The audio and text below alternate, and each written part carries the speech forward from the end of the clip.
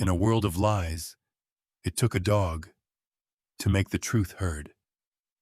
They said she was just a child, with an overactive imagination. But the night a thief crept into her house, she saw something no one else did. A glint of silver in the dark. A bracelet. A clue. Months later, in a courtroom filled with doubt, that same little girl stood trembling, accused of being mistaken. Her words faltered, her hope nearly gone, until her old friend walked through the door. Rex, the retired K-9 who once served beside the law, returned to stand beside her, one last time. And when the man who swore he was innocent slipped up, revealing something he should never have known, Rex barked. Once, twice. It wasn't noise. It was justice. The fog rolled thick and slow through the marble-lined streets of Riverside Heights, New York's most guarded neighborhood. Street lamps glowed dimly behind a curtain of mist, their halos quivering in the cold. It was past midnight, when even the restless city slept. Behind one of those ornate iron gates stood the Langford Mansion, a house of silence, its glass walls breathing faint reflections of the moon. Inside, the world was peaceful. A toy horse lay tipped over beside a pink blanket. On the second floor, 8-year-old Sophie Langford slept in a sea of stuffed animals, her small hand resting gently on a thick fur coat of gold and black. Rex, the German shepherd, who had been with her family for only 3 weeks. Once Rex had worn a badge. He'd spent years as a police K-9 beside Officer Daniel Carter, until a leg injury ended his duty.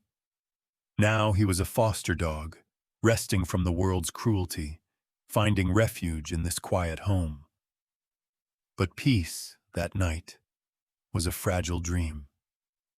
At 12:43 a.m., a faint click broke the rhythm of Sophie's breathing. The front lock twisted. A gloved hand pushed the door open, silent as breath. A shadow slid across the marble floor. A man wrapped in black, face hidden, movements sharp and practiced. He'd been here before, in houses like this one. Quick in, quiet out, he always told himself. But tonight, something was different. Rex's ears twitched. His body tensed before his eyes even opened. The scent, unfamiliar, oily, wrong, hit his nose like a strike of lightning. His muscles coiled beneath Sophie's arm. He didn't bark, not yet. He listened. Downstairs, drawers slid open with a muffled rasp. Silver clinked. The thief moved with precision, collecting watches, rings, whatever shone. The fog outside pressed against the glass, muting every sound. Upstairs, Sophie stirred. She opened her eyes, half awake, half dreaming, and saw Rex's dark silhouette standing rigid beside her bed, ears forward. "Rex," she whispered, rubbing her eyes. He didn't move. Only his tail flicked once, an instinctive warning. Then Sophie heard it too. A soft creak, the faint vibration of footsteps climbing the stairs. Her heart began to pound. She sat up, small and fragile against the glow of her nightlight. The hallway beyond her door was a dark mouth. She held her breath. And then, a shadow moved. Sophie's throat tightened. She wanted to scream for her mother, but fear froze her lips. The man reached the top of the stairs, his flashlight flickering once before he covered it with his hand. He moved like smoke, deliberate, careful, confident. Rex stepped forward, his paw landing softly on the floorboards. A low growl rolled out from deep within his chest, quiet but fierce, like thunder behind a distant hill. The man froze. His gloved hand hovered mid-air. He couldn't see the dog, but he could feel it. The weight of something alive, watching him. Sophie whispered, trembling, "Rex, what is it?" The sound of her voice snapped the moment. The thief turned toward the door. For a split second, the beam of his flashlight swept across the hallway, brushing over his wrist. A silver bracelet, thin, carved with strange notches, glinting like a blade under moonlight. Rex moved forward, barking once, sharp, commanding, the bark of a trained guardian. It shattered the silence. The man cursed under his breath. "Damn it!" He bolted down the stairs, nearly slipping on the polished marble. The front door swung open, swallowed by fog. Sophie jumped out of bed, clutching the blanket to her chest. Her knees shook as she stumbled to the doorway. All she saw was the afterimage of light. The door left ajar, curtains fluttering. Rex stood guard at the top of the stairs, muscles rigid, eyes fixed on the open doorway below. His tail was stiff, his breath short. For a long moment, the house was silent again, except for Sophie's trembling breaths. Then, the alarm began to wail. 10 minutes later, flashing red and blue lights bathed the quiet mansion. Neighbors peeked from behind their windows. Officers moved through the house, documenting, dusting, collecting fragments of the night. Sophie sat on the stairs, wrapped in a police blanket, her small shoulders shaking. Her mother, pale and distraught, spoke in hushed tones to the officers. "I didn't hear anything until the alarm went off. Thank God she's okay.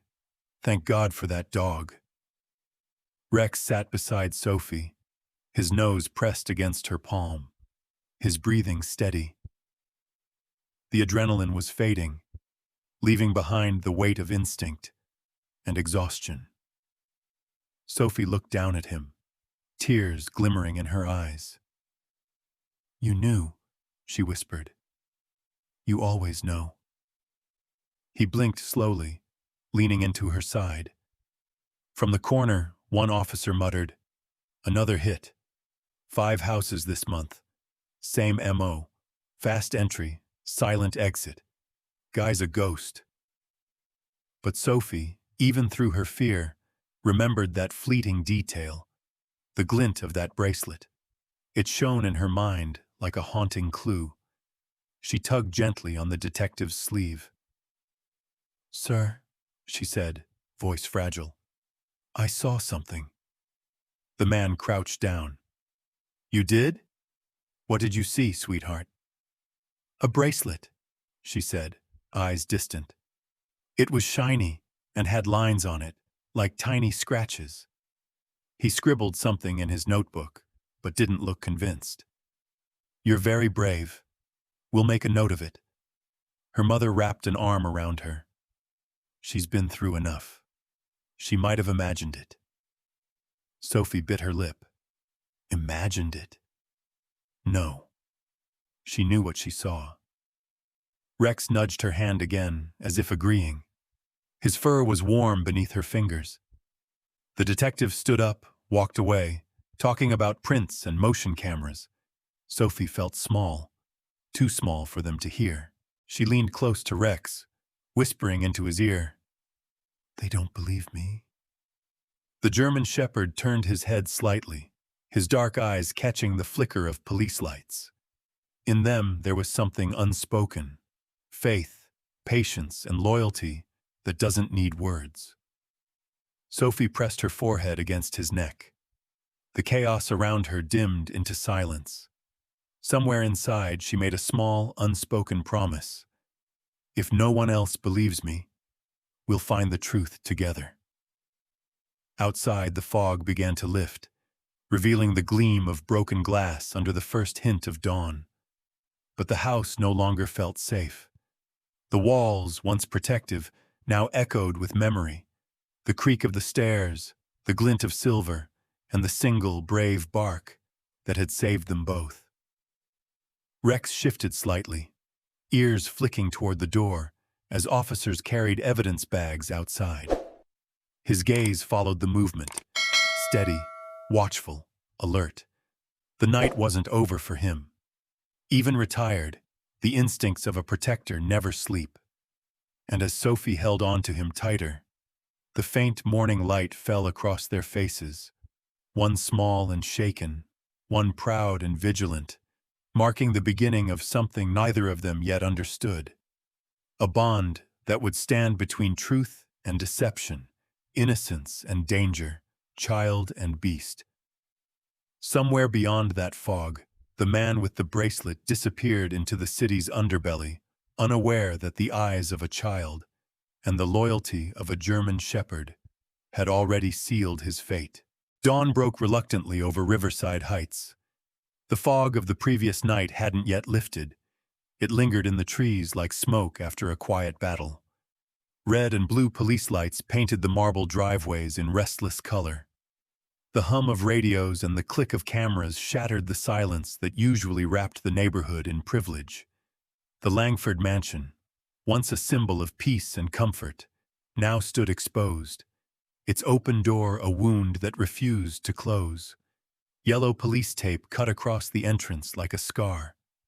Inside, officers moved methodically through the foyer.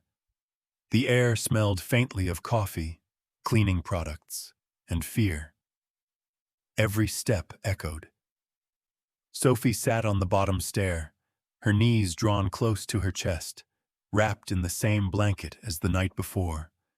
The world seemed too big for her now, too loud, too full of adult voices that didn't sound real.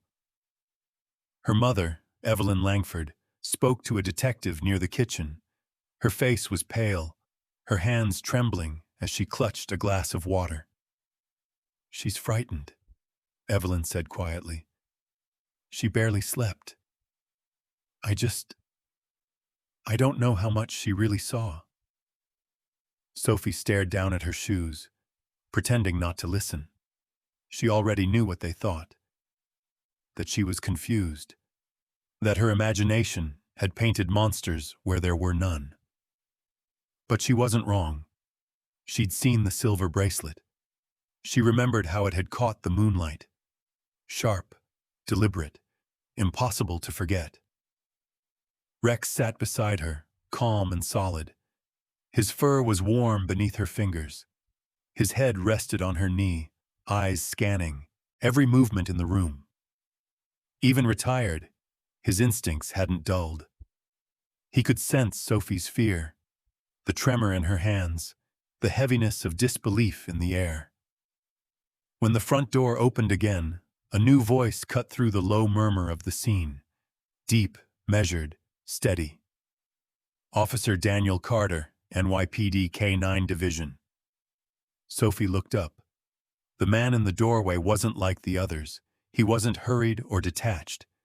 He moved with purpose, his uniform neat but worn, his eyes carrying the kind of calm that comes only after years of facing chaos. Rex's ears perked up instantly. Then his body stiffened. A moment later, his tail thumped softly against the floor. Recognition. Daniel stopped in his tracks when he saw him. "Well, I'll be damned." His voice softened, the hard edges of duty melting into something tender. "Hey, buddy."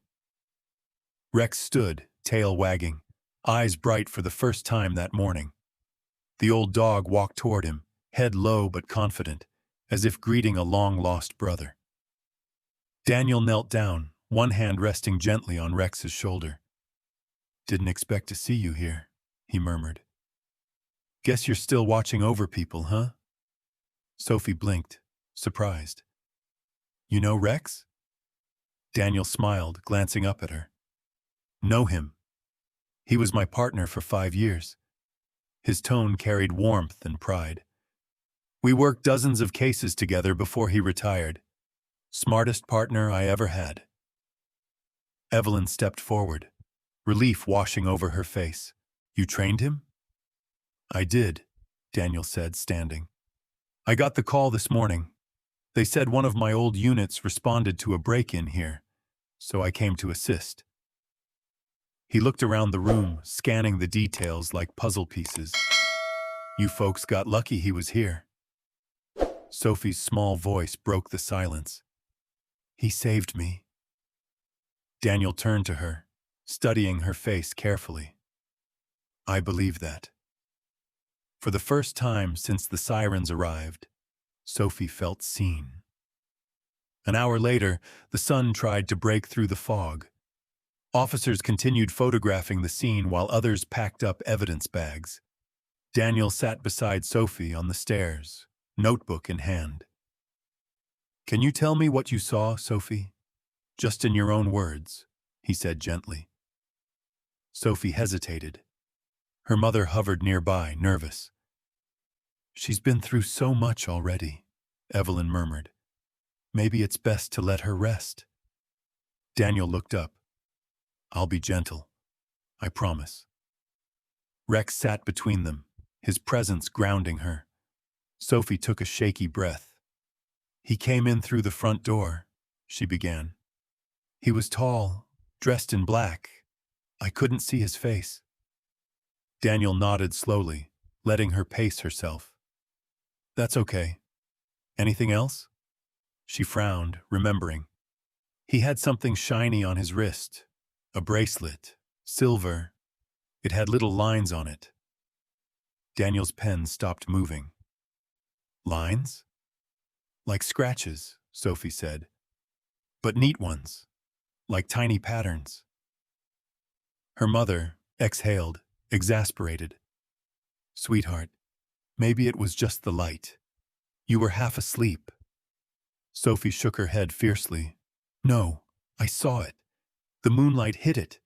It looked like it didn't belong. Daniel's gaze softened. Sometimes the smallest details matter most, he said quietly. You did great, Sophie. Her lips trembled. You believe me? I do.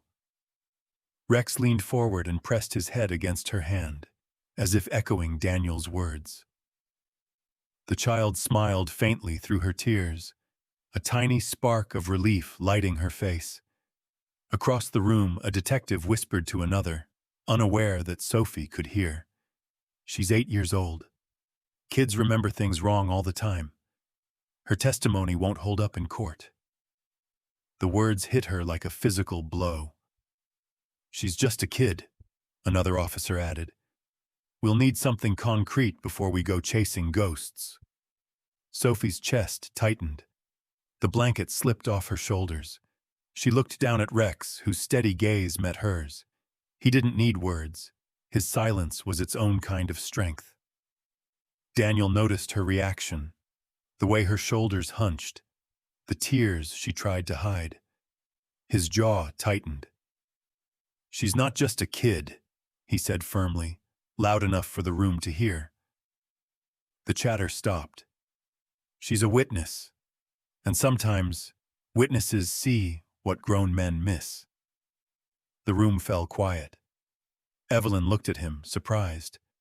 Sophie's tears spilled over. Daniel turned back to her, voice gentle again. Don't worry about them, Sophie. You saw what you saw. That bracelet. It might be the clue we need. Her heart beat faster. You really think so? I know so, he said, then glancing down at Rex. And this guy's instincts never failed me once. The bond between man, child, and dog settled into something unspoken but powerful. In the chaos of flashing lights and official reports, a fragile alliance had formed. Trust born not of evidence but of empathy. As the sun finally broke through the mist, Daniel rose to speak with the lead detective.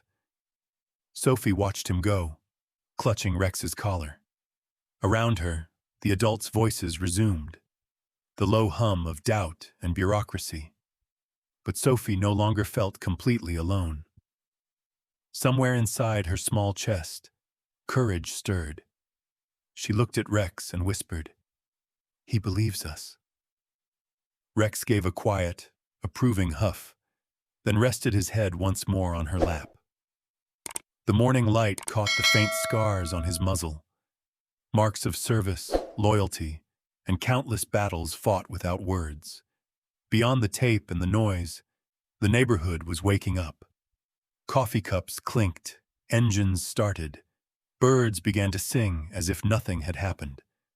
But inside that marble house, a new kind of story was taking shape. A child had seen something no one else believed. A dog had stood between her and danger. And now, a man who once trusted that dog with his life was ready to trust them both again. The world outside would doubt her. The courts would question her. But Sophie had already found her proof.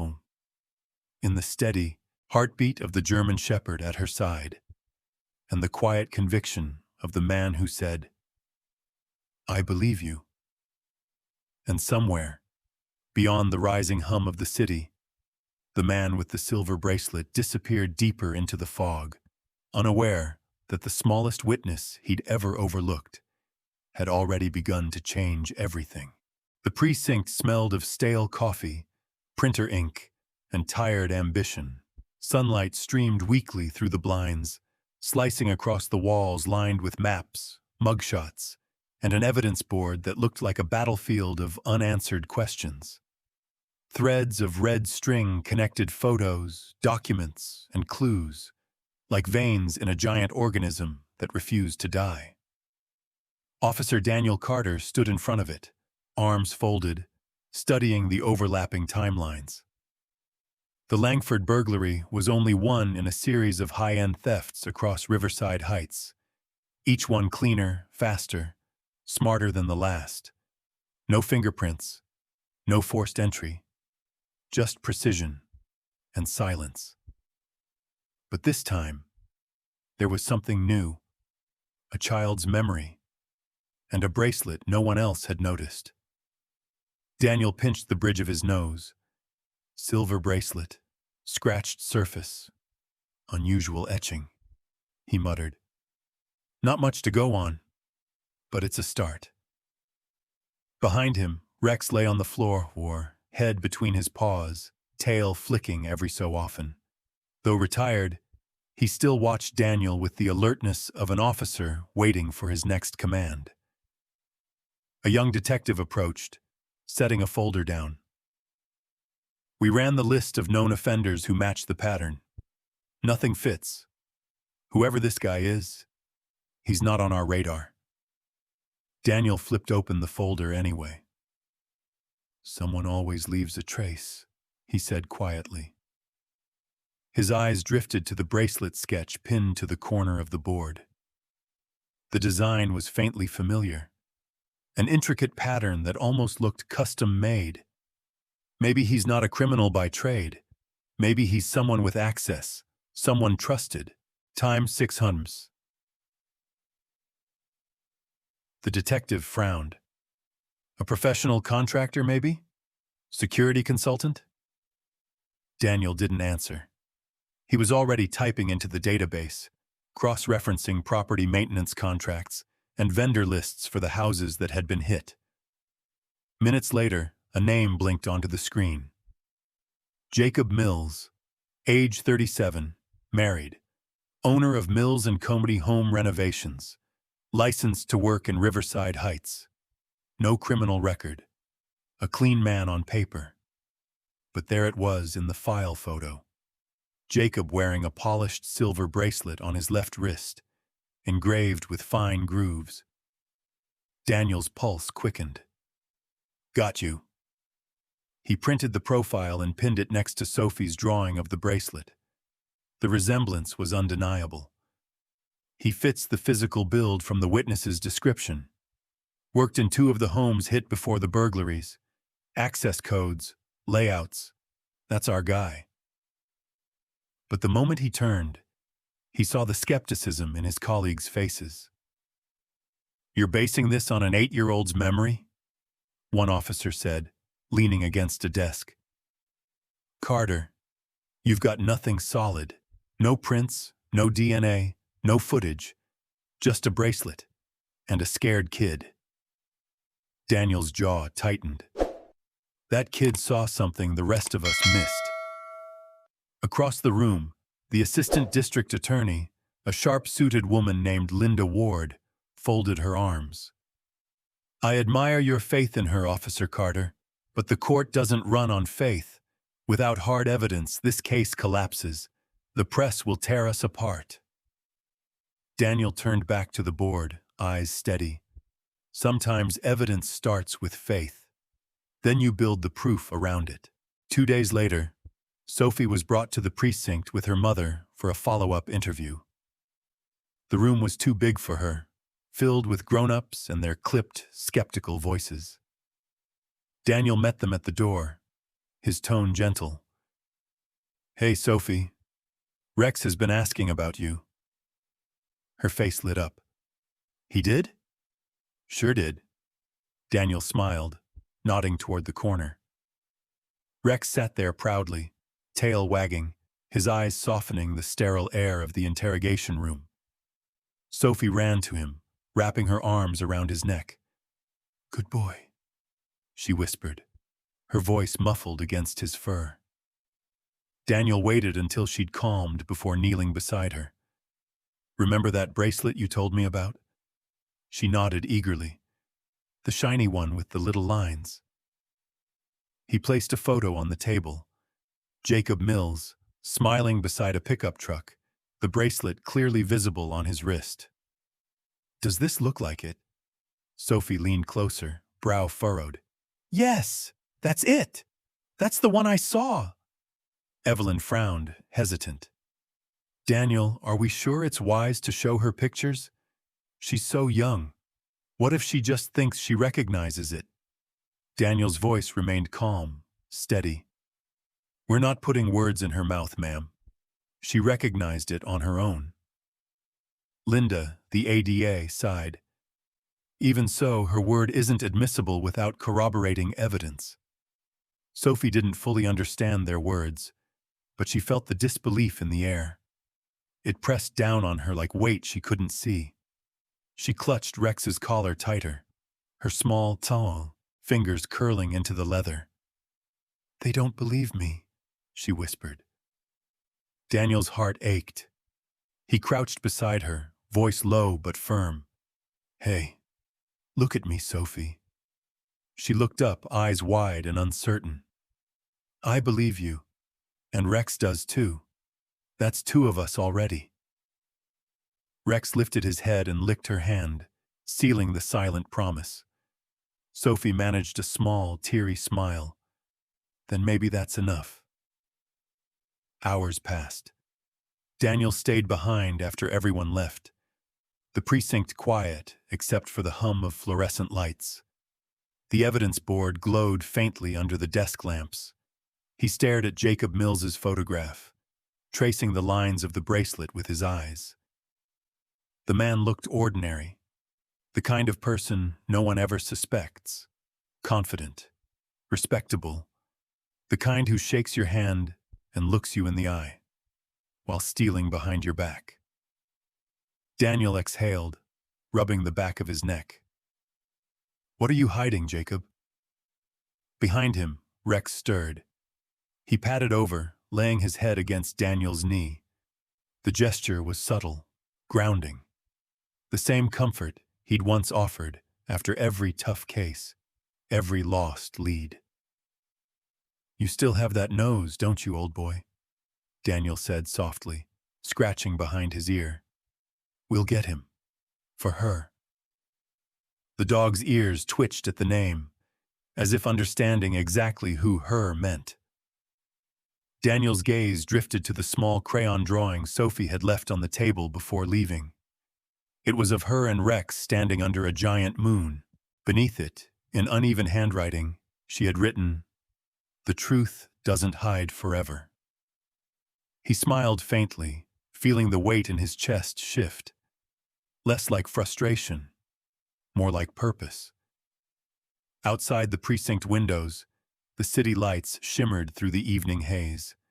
Somewhere out there, Jacob Mills was walking free, unaware that a child's courage, and a dog's loyalty were quietly hunting him down.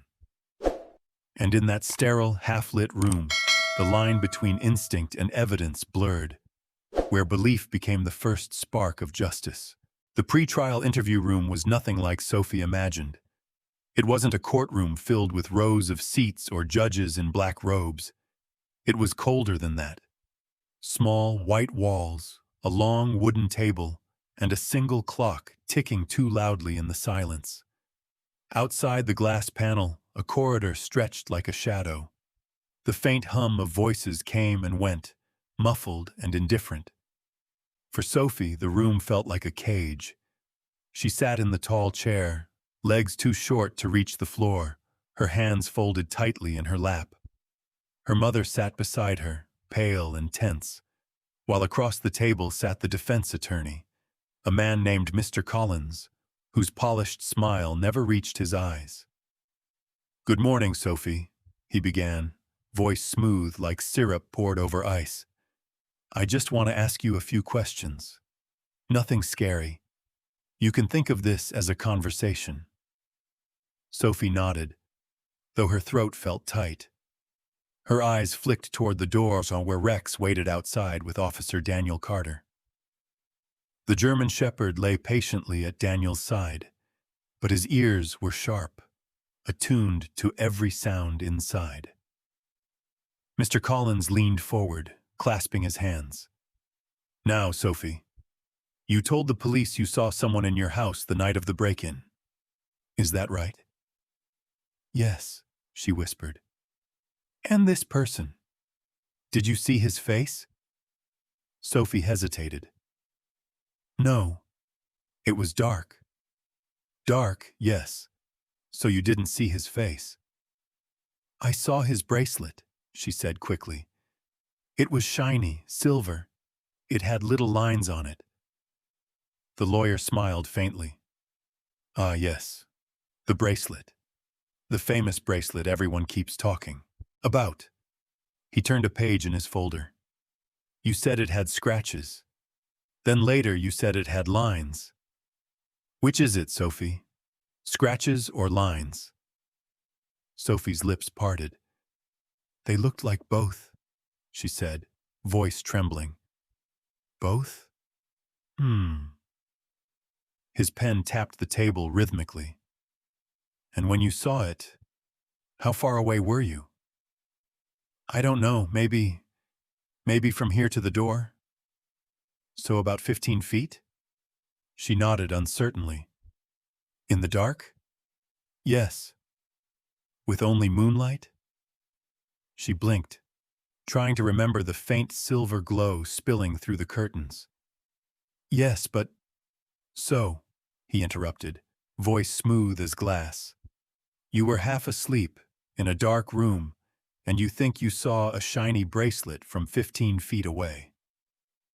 Sophie shrank into her chair. "I know what I saw," she whispered.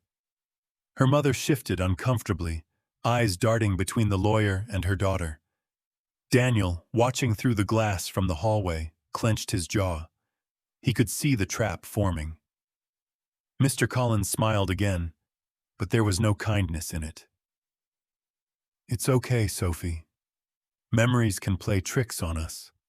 Sometimes our minds fill in details we think we saw." Her small fists clenched. "I'm not lying." "Of course not," he said, tilting his head. "You're a good girl. But good girls sometimes get confused. Isn't that right?" Sophie looked to her mother for help, but Evelyn's silence felt like a wool. Tears welled in the corners of her eyes. From the hallway, Rex's ears flicked forward. He shifted his paws, restless, sensing the unease inside. Daniel placed a calming hand on his head, though his own pulse was tight with anger. Inside, the questioning continued. "When you told Officer Carter about the bracelet," the lawyer went on, "did he show you a picture before or after you described it?" "After," Sophie answered. "So you saw the bracelet in the picture after you talked to him?" He leaned closer. Are you sure you didn't just remember what you saw in that picture, Sophie? Maybe that's what you're thinking of instead of what you really saw that night. Her breath hitched. No, He pressed further. People get details mixed up all the time. Adults do it. Kids, especially. You just want to help, right? Maybe someone told you to say you saw the bracelet? No, she cried, her small voice cracking. No one told me. I saw it myself. Her mother whispered, Sophie, honey, calm down. But Sophie couldn't. Her hands shook, her chest tightened. I'm not lying, I'm not. The lawyer sat back, pretending to sigh. No one said you were lying. We just want to make sure you're not mistaken. That word mistaken landed heavier than an accusation. It felt like being erased. Outside, Rex lifted his head sharply. His ears pinned back. He let out a low, anxious whine. Inside, Sophie's tears finally spilled over. Her breath came fast, broken. He was there. I saw the bracelet. I remember. Her voice crumbled. Mr. Collins paused, feigning pity. That's all right. You've done your best. He closed his folder as if the case itself did there. Sophie's shoulders shook. She hid her face in her hands. The lawyer stood, smoothing his suit, his tone polite but final. Poor girl, he said to Evelyn. Children shouldn't be dragged into these matters. Her testimony won't survive a minute in court. Daniel pushed the door open. His expression was controlled, but his eyes were hard. Interview's over. Rex followed him immediately, tail down, eyes fixed on Sophie. When he saw her crying, he let out a low, mournful howl, a sound so deep and resonant it filled the small room. The lawyer froze mid-step, startled. Sophie looked up through her tears. Rex. Daniel crouched beside her, his voice soft but steady. Hey, look at me. She blinked at him through trembling lashes. You did everything right, he said gently. You told the truth. That's all that matters. But he made it sound like I was wrong, she stammered. Daniel shook his head. The truth doesn't need strength, Sophie. Just courage. And you already have that. Rex moved closer, pressing his head against her knees, his eyes locked on hers, like he was transferring his calm into her trembling body. She buried her fingers in his fur, her sobs easing slowly. The steady rhythm of Rex's breathing became her anchor again, the one sound that made her feel safe. Daniel looked at her mother, then at the lawyer's retreating figure. She's not confused, he said flatly. You just don't know how to listen. Mr. Collins paused at the door, but didn't turn around, level moderate. A courtroom isn't built on belief, officer. It's built on proof. Daniel's gaze didn't waver. Sometimes, proof starts with the people brave enough to speak when no one else will. The lawyer left without another word. Silence reclaimed the room. The clock ticked again, too loud, too slow. Sophie wiped her tears with the back of her sleeve. Am I in trouble? Daniel smiled faintly. No, kiddo. You're helping, more than you know. She glanced down at Rex, who still hadn't moved. He knew I was scared, she whispered. He always does, Daniel said. That's why he's the best partner I ever had. Outside, the afternoon light slanted through the narrow window, falling across Sophie and Rex like a quiet promise. The interrogation was over, but its echoes would stay. The disbelief, the fear, the seed of doubt planted by the lawyer's questions. But under all that, something stronger had begun to grow. A bond between a little girl and a dog, who would never stop believing in her, and a man who understood that sometimes courage looked like an 8-year-old refusing to stay silent. And though the world would keep questioning her, Sophie had already learned one thing that day. The truth doesn't shout. It waits, patient, brave, and unbreakable. The courthouse loomed over Manhattan like a stone fortress. Tall columns, cold marble, and echoes that seemed to remember every verdict ever spoken within its walls.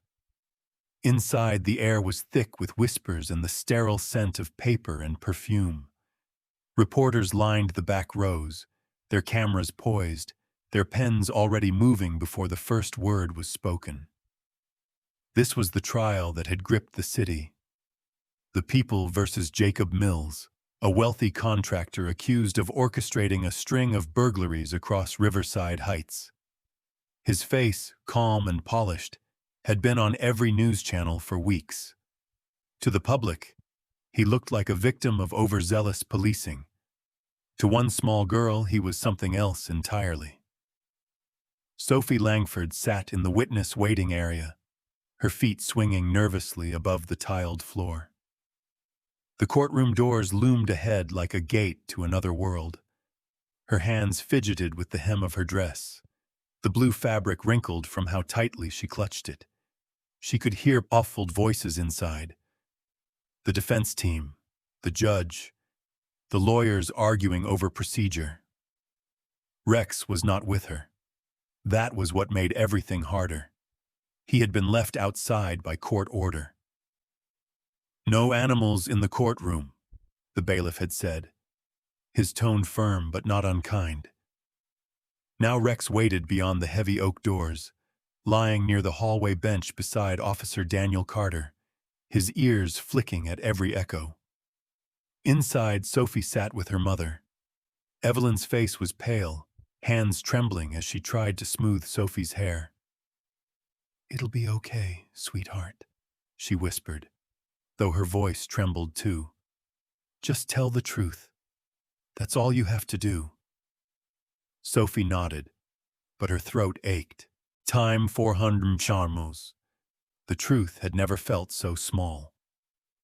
When the doors opened, the bailiff's voice carried through the silence. "All rise." The judge entered.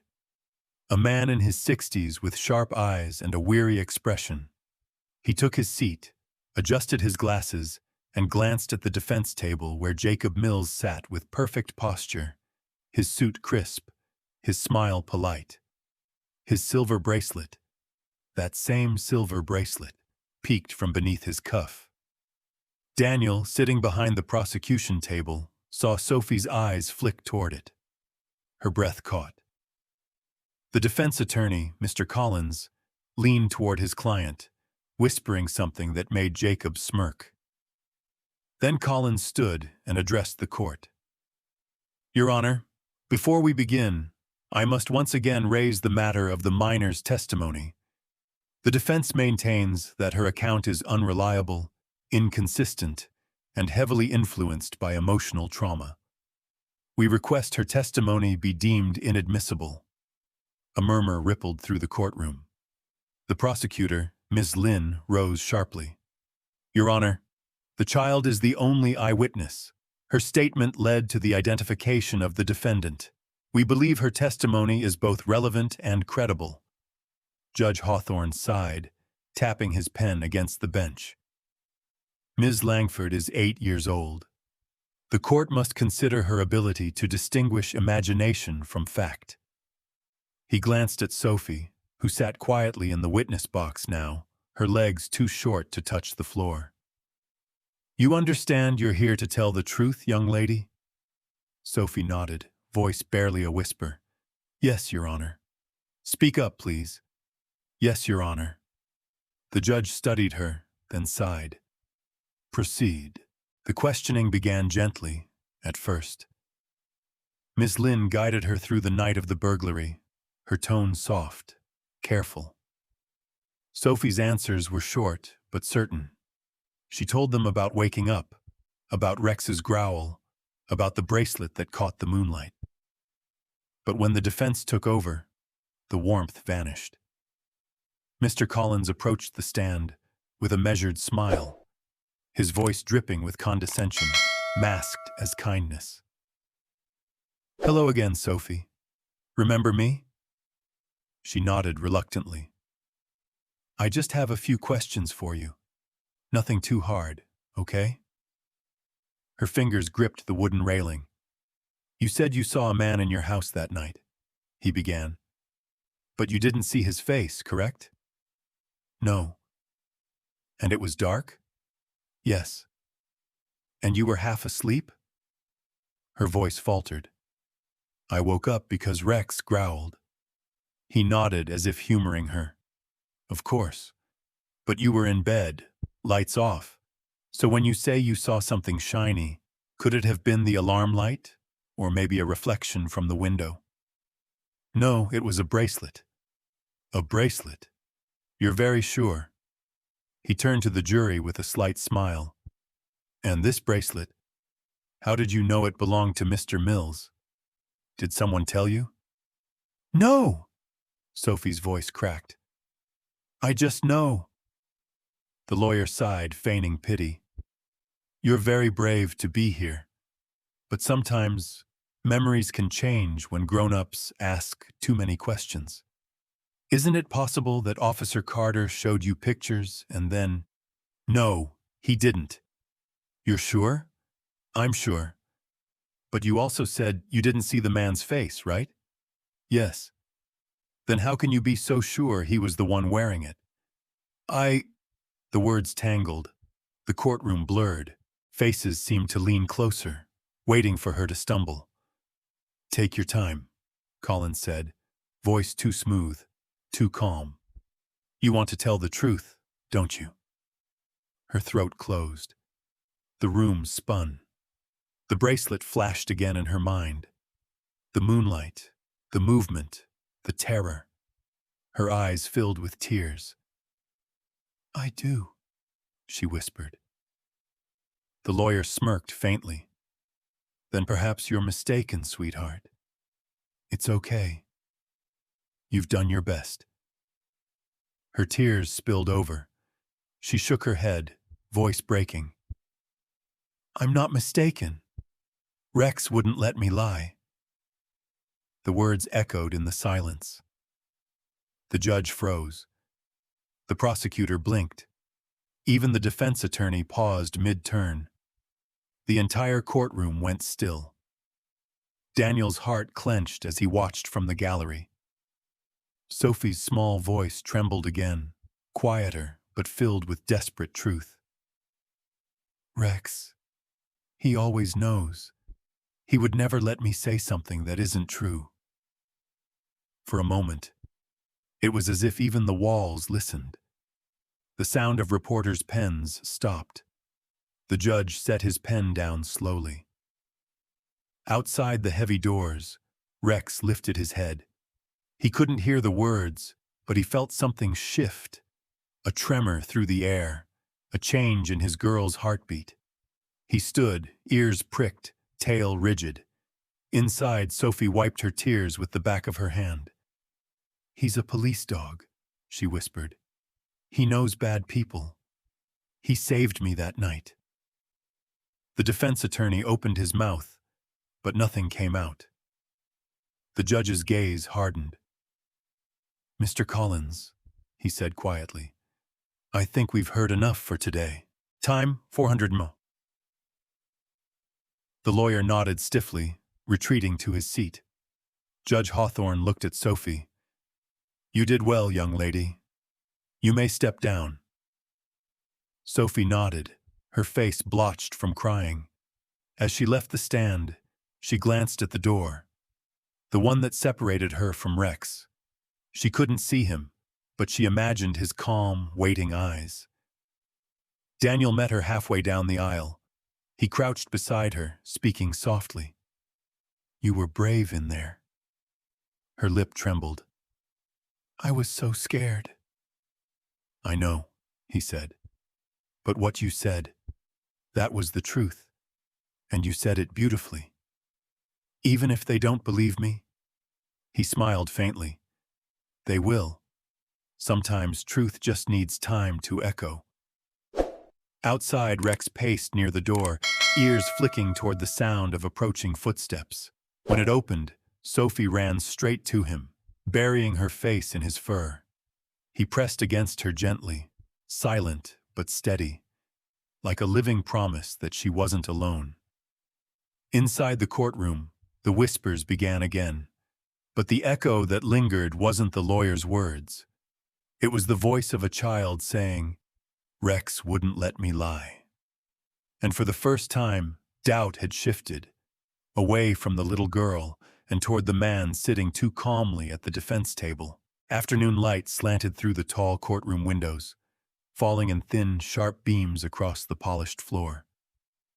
Hours had passed since Sophie first took the stand, but the air hadn't softened. It had grown heavier, like the room itself was waiting to see her break. Reporters still filled the back rows, their pens tapping softly.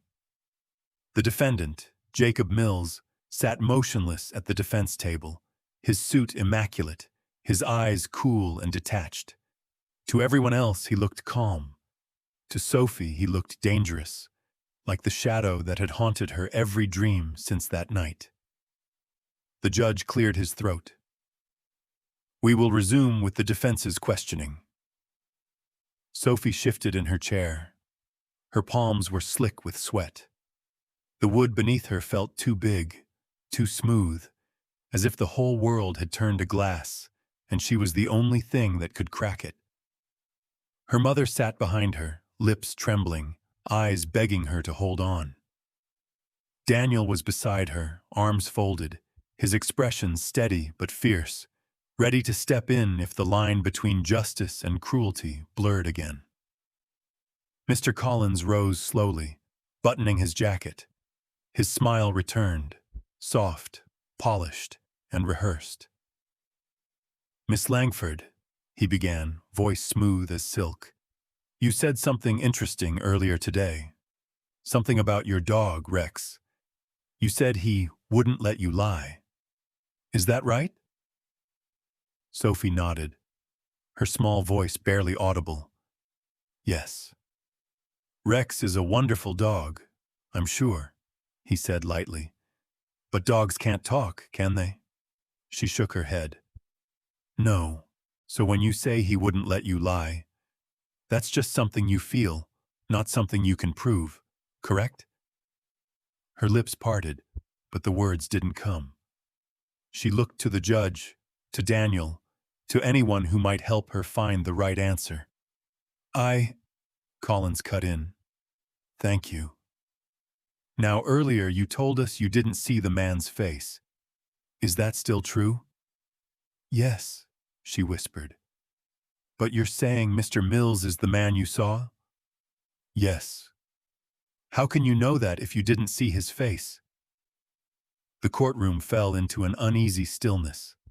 Sophie's heart began to hammer against her ribs. She knew what she'd seen. She knew it. But the words slipped through her fingers like sand. I saw his bracelet," she stammered. "Yes, the bracelet again." His smile never faltered. "A bracelet that, by your own admission, could have been anyone's." "No," she blurted, shaking her head. "It was his. It was—" "Careful, Miss Langford," Collins said softly, raising a hand. "We must be sure, mustn't we? You're under oath." The phrase "under oath" struck like a stone. She froze. Everyone was watching. Grown men in suits, strangers in seats, cameras waiting for her to falter. "Tell us," he said, stepping closer. "Did you see his face or not?" The room went silent. Sophie opened her mouth, but no sound came. Her throat tightened. The memory was a blur now. Shadows, moonlight, fear, Rex's growl. The silver bracelet burned in her mind, but the man's face. No, she hadn't seen it. The silence stretched. The defense attorney's voice lowered, deliberate and slow. So you didn't see him? Tears welled in her eyes. No, but then how can you say it was my client? Because Rex barked. He knew. A soft murmur rippled through the crowd. Some people shook their heads. Others whispered words like, poor child, and imagination. Her mother covered her face, shoulders trembling. The judge leaned forward. Miss Langford, please answer only what is asked. Did you see the defendant's face that night? Sophie's tears spilled over.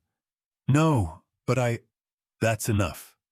Collins turned to the judge, satisfaction glinting in his eyes. No further questions. The courtroom buzzed again. Whispers, pens scratching, the faint hiss of cameras snapping from the back. Sophie sat frozen, tears streaking her cheeks. Daniel stood, anger flaring behind his calm exterior. Your Honor, the child's statement. The judge raised a hand. Officer Carter, please. He turned towards Sophie, softening. Miss Langford, thank you for your time. You may step down. Her small voice cracked. Did I do something wrong? No, sweetheart, her mother whispered, reaching for her hand. You did your best. But the silence in the room said otherwise. The judge sighed, adjusting his glasses.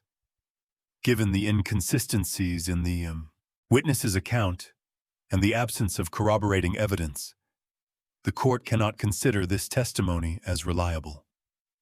The words struck like thunder. Sophie blinked, the meaning sinking slowly, painfully. Unreliable. That word echoed louder than the judge's gavel ever could. It wasn't just her testimony. They were saying she wasn't reliable. The gavel came down once, sharp and final. This court will disregard the testimony of Miss Langford. Gasps filled the room. Evelyn's face crumpled as she lowered her head into her hands. Reporters leaned forward, scribbling furiously, capturing the moment the case began to unravel. Sophie's world tilted. Her breath hitched as a sob escaped her. She clutched the edge of the witness stand, her knuckles white. But I'm telling the truth! No one answered. Her vision blurred. Through her tears, she saw Daniel's face in the gallery. Steady, pained, helpless. He gave her a small nod, his eyes saying what words could not. I still believe you. But belief couldn't stop the sound of the bailiff leading her away, couldn't quiet the echo of her own heart breaking.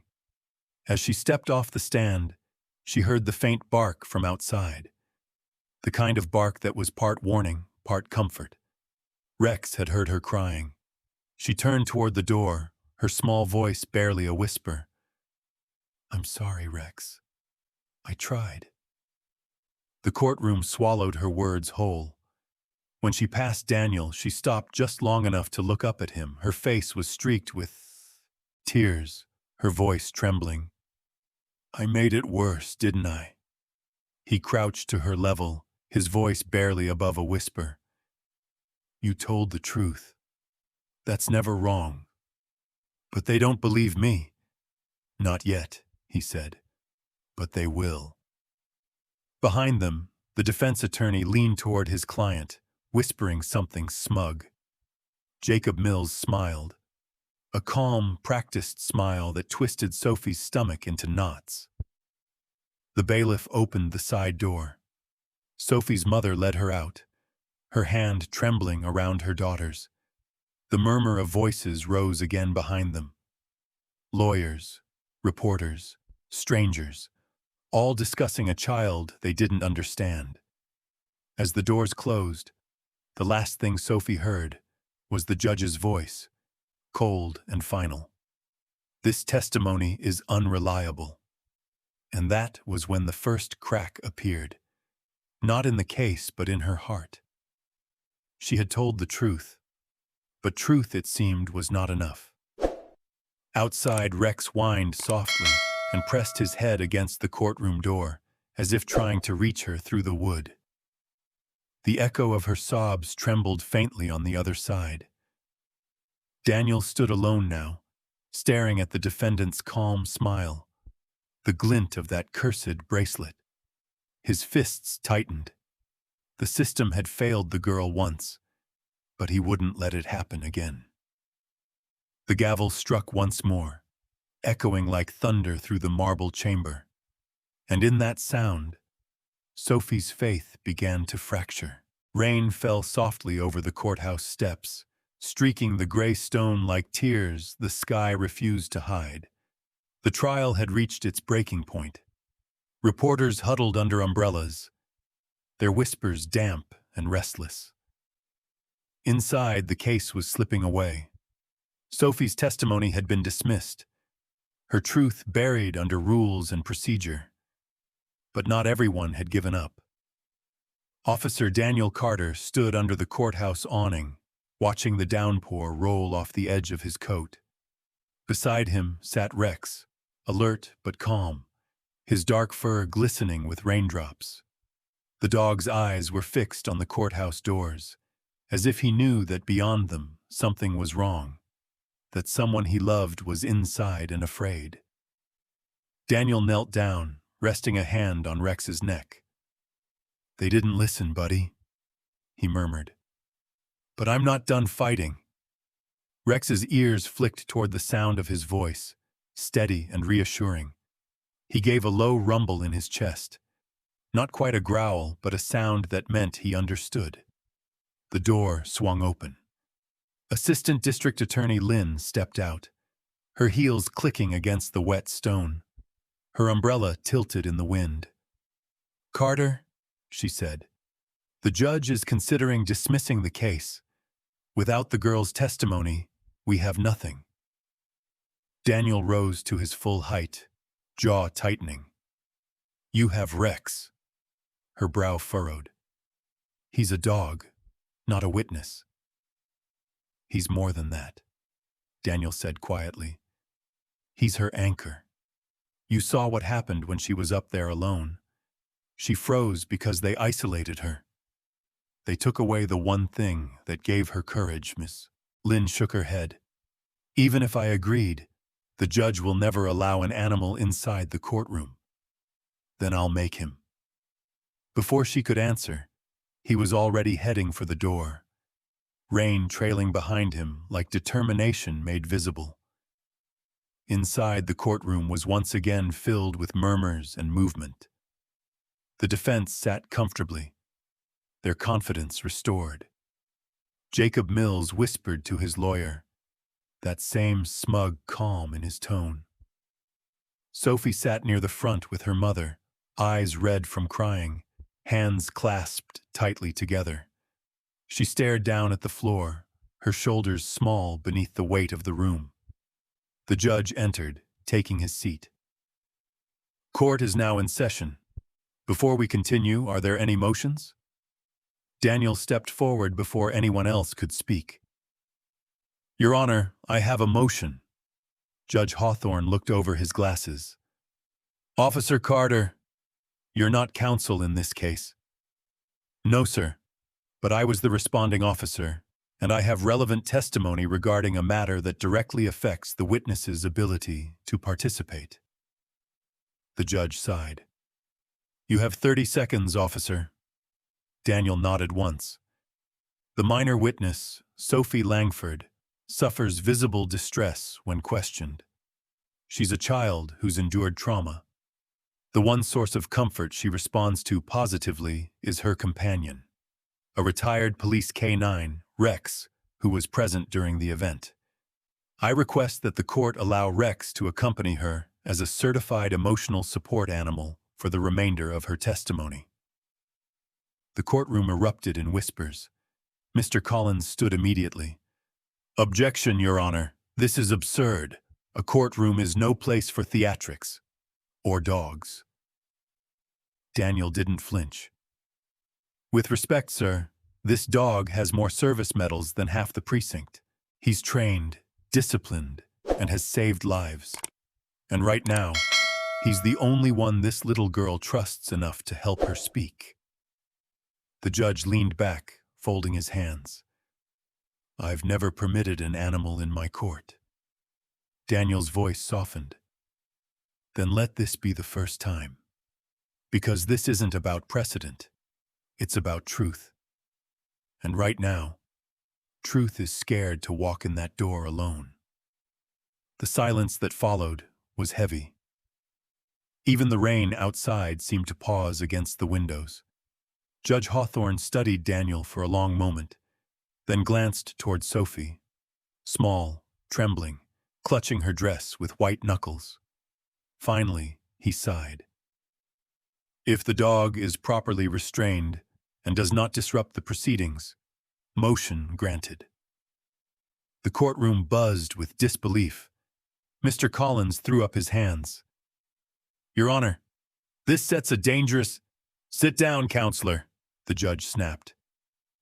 Daniel exhaled slowly, a hint of relief breaking through his stoic exterior. He turned toward the door and gave a single low whistle. Outside, Rex lifted his head immediately.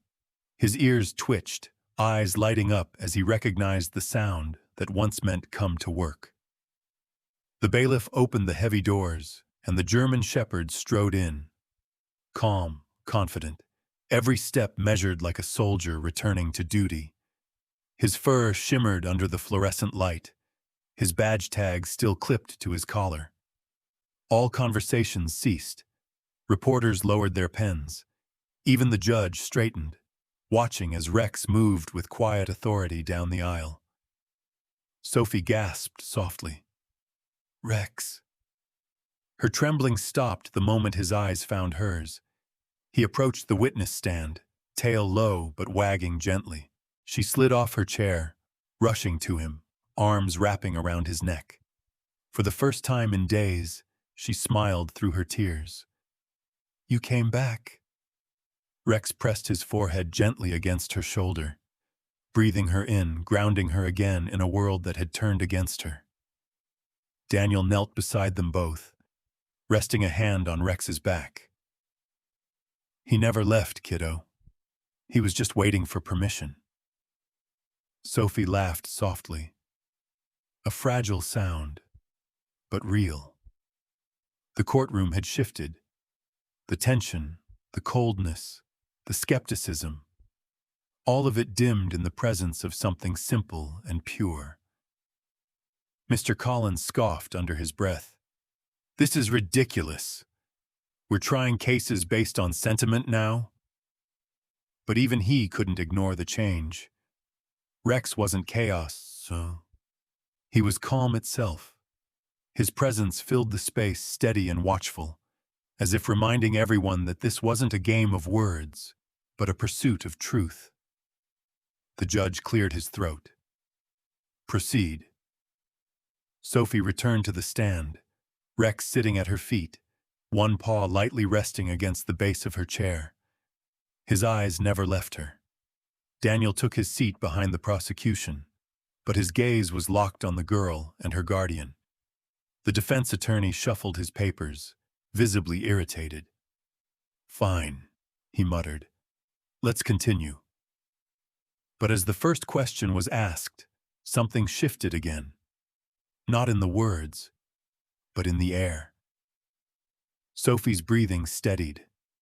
Her shoulders squared. Her voice, though still small, carried a new strength. Rex didn't bark, didn't move, yet somehow his presence filled every corner of the room. The jurors leaned forward unconsciously. The judge's pen stopped tapping. Even the sound of the rain seemed to hush outside. It was as if truth itself had walked back into the courtroom. Not loud, not forceful, but undeniable. And as Sophie took her first steady breath, everyone felt it. The balance had changed. The calm before revelation. The silence before the storm.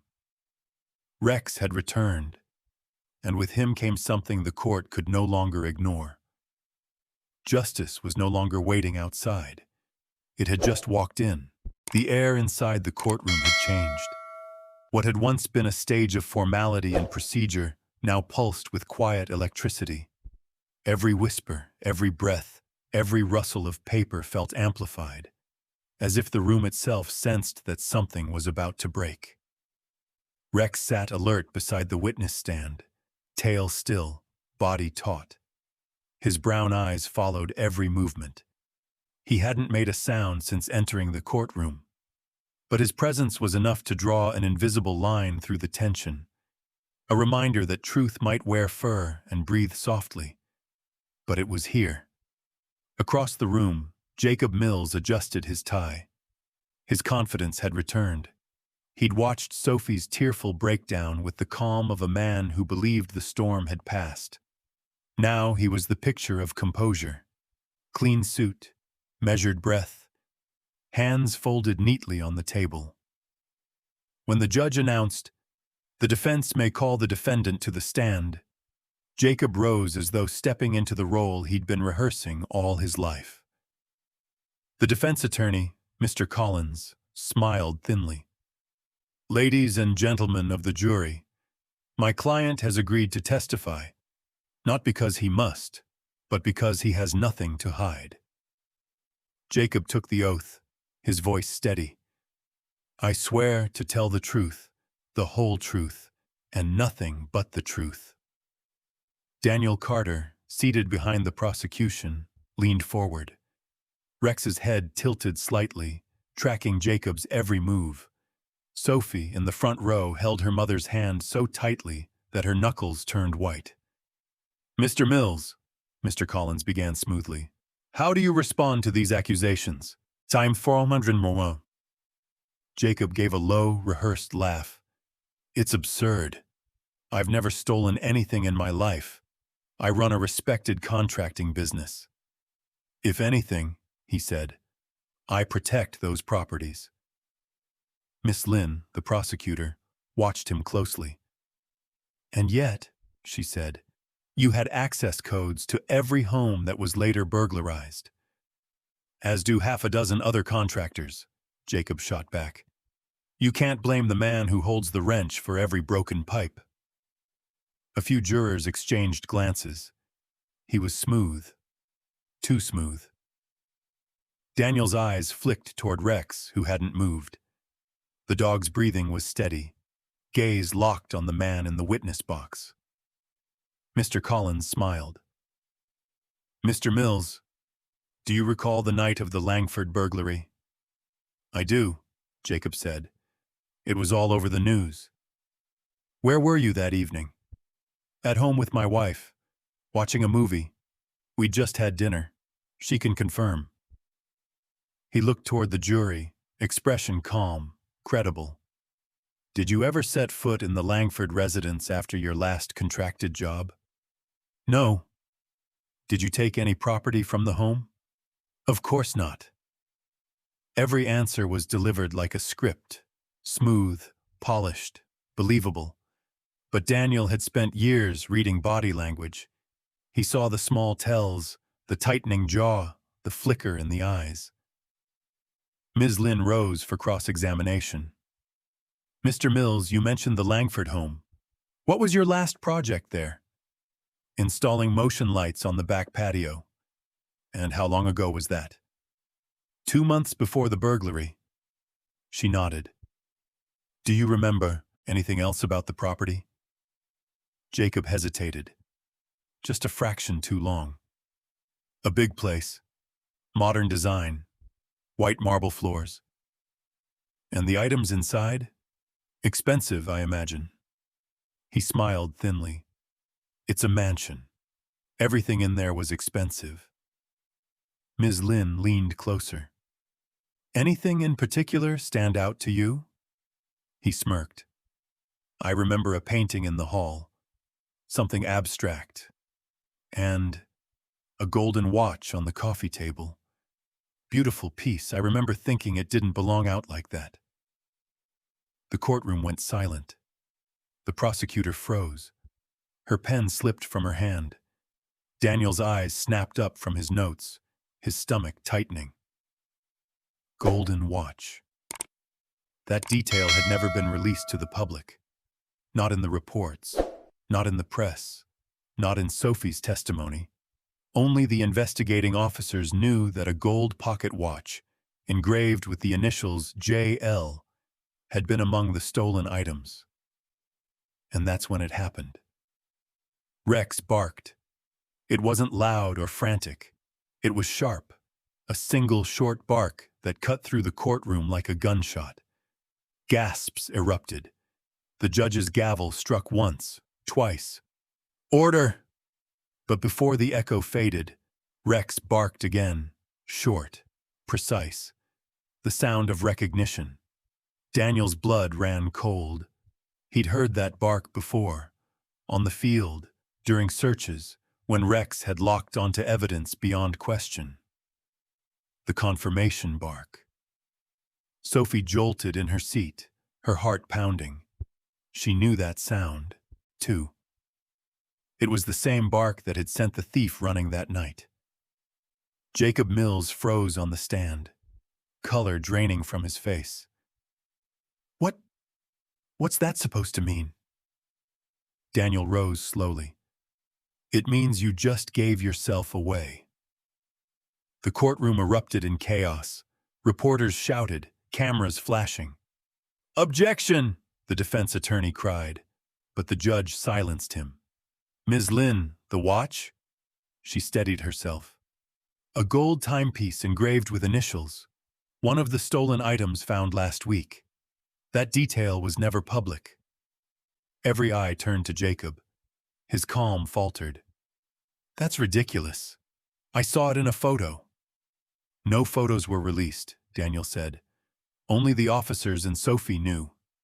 Jacob's voice cracked. That dog's lying. Rex growled low, steady, enough to make the room still. The judge's tone hardened. Mr. Mills, your behavior and this evidence are incriminating. Recess. Jacob slammed the stand. He's lying. But the truth was written in his fear. The confident man had vanished, leaving only guilt. As officers moved in, Sophie watched, no longer afraid. In his panic, she heard what no one else needed to prove. He was guilty. Daniel's eyes glistened. Rex had uncovered truth without a single word. When the gavel fell, the courtroom emptied. Sophie knelt beside Rex, whispering, You did it. He licked her hand once, calm again. Outside, the rain had stopped. Inside, Volume Farmer Justice had spoken, through a loyal heart and a silent bark. Rain washed over the courthouse steps like a cleansing tide. The storm that had hovered over Manhattan finally broke, drumming softly against umbrellas and stone. Reporters huddled under the overhang, cameras flashing as the doors burst open. 2 officers led Jacob Mills into the rain. Wrists bound, suit soaked, arrogance washed away. His once polished composure was gone. His eyes were hollow. Flashbulbs flared. Mr. Mills, do you have a statement? Did the K9 really expose your lie? He said nothing, the noise blurring around him. At the bottom of the steps stood Officer Daniel Carter, rain dripping from his coat brim. Jacob's voice cracked. It wasn't supposed to go like this. I just needed money. They weren't supposed to be home. Daniel's jaw tightened. Tell that to the girl you terrified. I didn't mean to scare her. But you did, Daniel said quietly. And she never forgot your face, even if she couldn't see it. The officers led Jacob away. The car door slammed, and the cameras followed until it vanished down the wet avenue. The case was over. The city had its confession. And yet, amid the chaos, the world seemed still. Sophie stood by the courthouse doors, her small hand gripping her mother's. Around her, voices and flashes swirled, but she heard none of it. Her world was the warmth beside her, Rex's head resting against her leg. The German shepherd sat steady, fur dripping, eyes calm. Sophie sank to her knees, fingers twisting in his wet coat. Tears spilled silently, level, moderate. "You were my voice," she whispered. "When no one listened, you told them the truth." Rex pressed closer, steady and sure. Even the reporters lowered their cameras, the moment too pure to disturb. Her mother knelt, brushing back Sophie's hair. "It's over, sweetheart." But Sophie's gaze stayed on Rex, where truth didn't need words and love didn't need permission. Daniel watched through the rain, heart heavy. He'd seen justice before, but never redemption like this. He stepped forward, boots splashing. "You did good, old boy," he murmured. Rex tilted his head, tail wagging faintly, body trembling with exhaustion. "He's tired," Sophie said softly. "He's earned it," Daniel replied. "He just brought justice to a whole city." "Do dogs know when they're heroes?" she asked. "I think they do," Daniel said. "But for Rex, being your friend meant more than any medal." Then Daniel stood and saluted, not by duty, but by heart. "Officer Rex," he said, voice thick, "for bravery beyond the call of duty, and for reminding us that truth doesn't always speak. Sometimes it barks." Nearby officers mirrored the gesture in silent respect. Rex blinked, then looked at Sophie, his mouth curving in that gentle, knowing way. "He's smiling," she whispered. The rain eased. Light broke through the clouds, spilling gold across the courthouse steps. Sophie rose, hand on Rex's collar. "Time, 400 sums." Daniel offered his hand. "You ready to go home?" She hesitated, then knelt once more. "You were my hero, Rex. My voice when I had none." When she stood, Rex followed, steady as ever. Cameras flashed, not for scandal, but for truth. The photo that filled the papers the next day showed a little girl hugging a German shepherd in the rain, an officer saluting beside them. The caption read, "When truth found its voice." Spring returned to New York, soft, patient, forgiving. The city that had hidden under gray skies now glowed with light. In Riverside Park, cherry blossoms drifted over the police memorial garden, where brass plaques shimmered quietly beneath the sun. Sophie Langford walked between the rows of names, her hand brushing the stones. She was taller now, her steps steadier, but her eyes still held that quiet wonder, the same heart that once faced darkness and refused to give up on truth. Beside her walked Officer Daniel Carter, his badge catching the light. His stride was easy, familiar, and at his side moved Rex, slower now, muzzle graying, eyes soft but bright with spirit. It had been 6 months since the trial, 6 months since the bark that changed everything. Rex had been honored with the Medal of Service, called the dog who spoke for justice. But for Sophie, he wasn't a hero. He was home. They stopped at a new monument surrounded by flowers. The plaque read, "To Rex, K9 Unit 47, a voice for truth, a guardian of the innocent." Beneath it hung his shining medal. Sophie knelt, tracing the letters. "They spelled his name right," she smiled. "Barely," Daniel chuckled. "They almost wrote Rexford." From her pocket, Sophie pulled a folded note. "I wrote something for him." She began to read, her voice trembling but clear. "People used to think I made it up, that my words didn't matter because I was small. But Rex listened. He didn't need words. He just knew. He knew when I was brave. They said truth can't bark, but maybe it can." Maybe it just waits until someone brave enough hears it. Thank you, Rex, for speaking when I couldn't. For showing me that being small isn't being powerless. That love, the kind that protects, is the loudest truth of all. When she finished, she tucked the note under a small stone. Daniel's eyes glistened. That was beautiful. It's what he deserves, she whispered. Rex moved closer, resting his head on her knee. Sophie laughed softly through tears. You still do that every time I cry. Old habit, Daniel said. He always made sure we remembered we weren't alone. Is that what he did for you too? Daniel nodded. For everyone who tried to do what's right.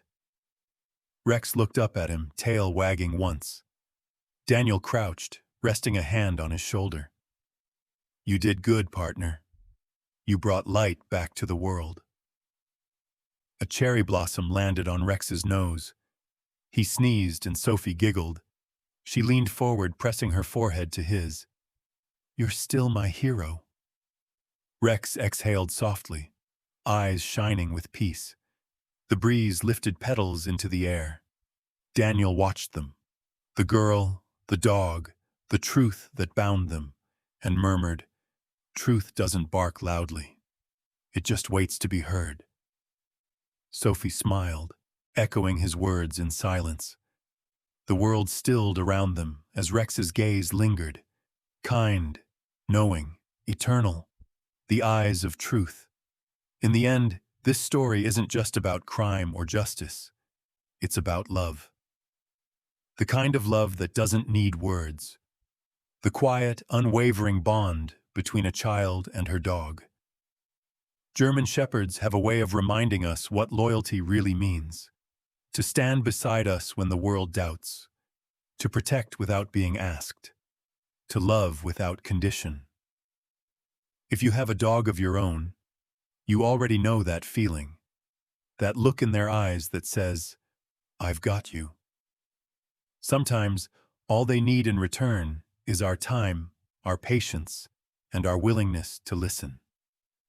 If you'd like to deepen that connection, there's a wonderful resource I've found that helps people understand their dogs on a deeper level. Not through commands, but through trust and empathy. You can take a look if you'd like. I'll leave the link below. Take it as a gentle nudge from a friend who knows how much these animals mean. Because when we love them right, they give us something rare, a truth that never needs to be spoken.